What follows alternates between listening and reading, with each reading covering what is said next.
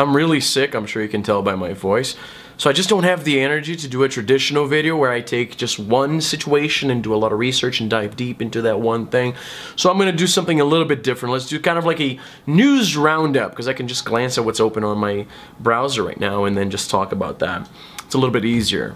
I don't have like special graphics for this segment, so let's just do the thing that I do, that thing.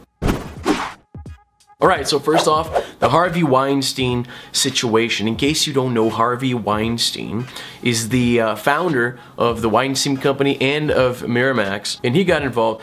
Sneeze is coming in.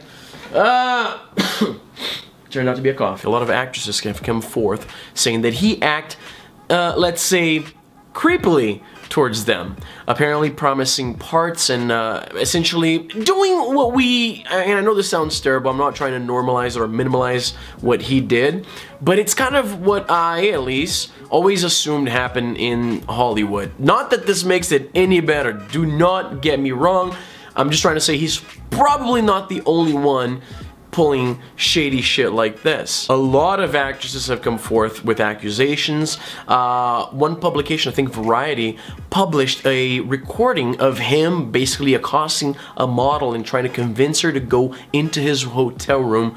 Like I said, creepy shit. Weinstein has basically admitted to the wrongdoings, saying that he's from a different era, that things like this were more normal in the 60s and the 70s, but he realized that he caused a lot of grief, and he's going to seek help, whatever that means. He's been since ousted from his own company, and they're actually considering a name change. They're going to take the name Weinstein from the company. According to some reports I saw on Twitter, they're considering within the next 48 hours changing the name of the whole company. That's how bad it is. Now, some people are seizing on this opportunity to criticize the left. Back during the election, Trump made some, let's say, infamous statements about men in positions of fame and celebrity and power and the way they treat women. Hillary Clinton, along with basically all of Hollywood, criticized Trump for this, and they were right to do so, but now they seem oddly quiet about it. Hillary, after a lot of pressure, 5 days after the story broke, made a comment about it, saying that this is absurd, this is disturbing. I think that's exactly what, let's see what she said. I was shocked and appalled by the revelations about Harvey Weinstein.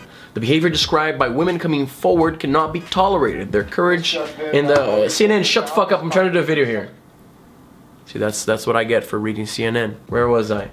The behavior described by women coming forward cannot be tolerated. Their courage in the support of others is critical in helping to stop this kind of behavior. Now, why are people bringing Hillary Clinton into this? Well, other than the fact that she criticized Trump for making comments that are kind of in line with what Harvey Weinstein was apparently doing, he was a major donor of not only her, but also the Obama campaign. So both her and Obama were kind of mum on the whole situation. They have since come forth and spoken out about the situation, again, after mounting pressure from the media. Some people are saying that she has nothing to do with the wrongdoings, and it's kind of disingenuous to drag her into this. And some are pointing out the hypocrisy of her apparently caring a lot more about sexual harassment when it helped her get elected. I guess it didn't help that much. What do you think? Next!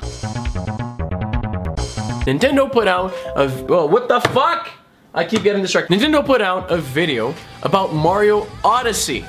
I'm so excited for this game. I actually bought, shut the fuck up! Okay, let me turn this down. I actually bought a Nintendo Switch despite saying I wasn't going to do that, and I bought it just for Mario Odyssey. Mario Galaxy, the first one, was the last Mario game that I got really excited about, and I'm incredibly excited about Mario Odyssey. This video makes me legit happy. I watched it like 5 times. I love the song. I love the whole presentation of it. I've been hearing from some people that Mario Odyssey is a bit on the disappointing side, because they went so broad with that whole throwing your hat and possessing things mechanic that the game doesn't have the same polish you would expect from a Mario title, from a AAA Mario title.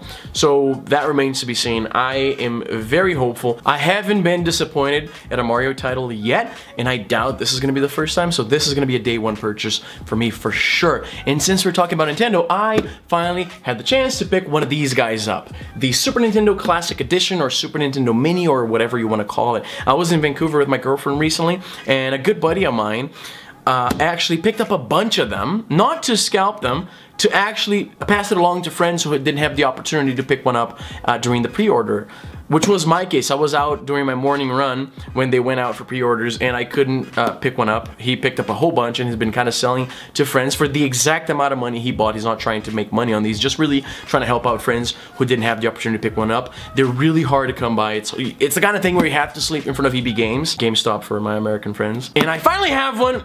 I gotta say, I love everything about this, except for the price. It could be a little bit cheaper, that's just me.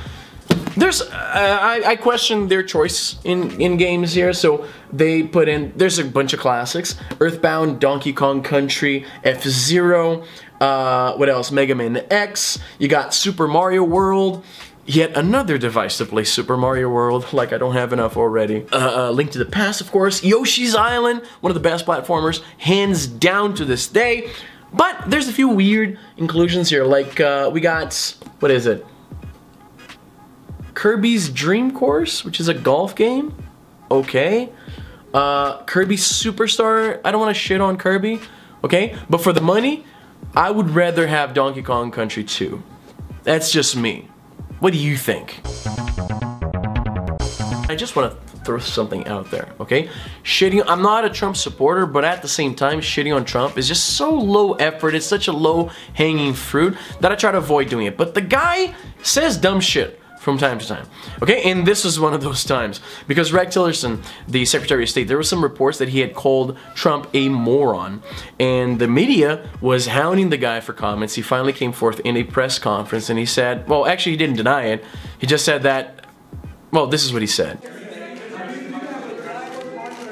you address the main headline of this story, that you called the president a moron, and if not, where do you think these reports or I'm not going to deal with petty stuff like that. I mean, this is what I don't understand about Washington.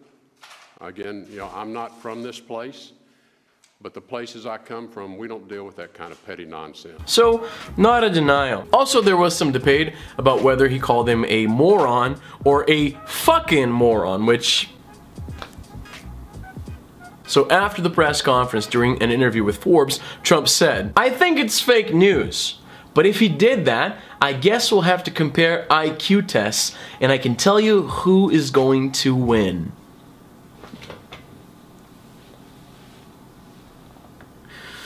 Trump is challenging his Secretary of State to an IQ test battle. This is not even the first time Trump boasts about his IQ. Look, whether you're pro-Trump or you hate Trump, we can all agree that bragging about your IQ is about the most pathetic thing you can do. It's dumb. First of all, IQ is barely science. The whole methodology of figuring out how smart somebody is fraught with problems. The only people who care about IQ tests are my aging aunts who click on dumbass Facebook IQ tests, or like, oh, can you spot what the problem is with this picture? Only 2% of people have an IQ high enough to figure this out.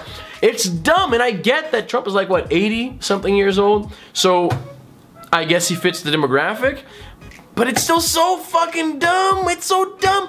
Trump doesn't make it easier for people like me. People like, I'm not a fan of Trump, I've mentioned this so many times, but I think it's so lazy to shit on Trump because it's what everybody does. It's so easy, it's low-hanging fruit. So it's a hacky thing to do when it comes to comedy. But he almost forces us to do that. Really, bragging about your IQ? But anyway, what do you think about this? Probably due for throwing up. It's been a few hours. Let me know in the comments down below what you think. If you're new here, subscribe to the channel, leave a like. Let me know what you think, and I'll catch you guys next time.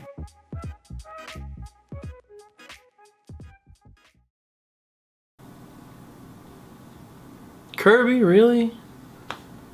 Alright.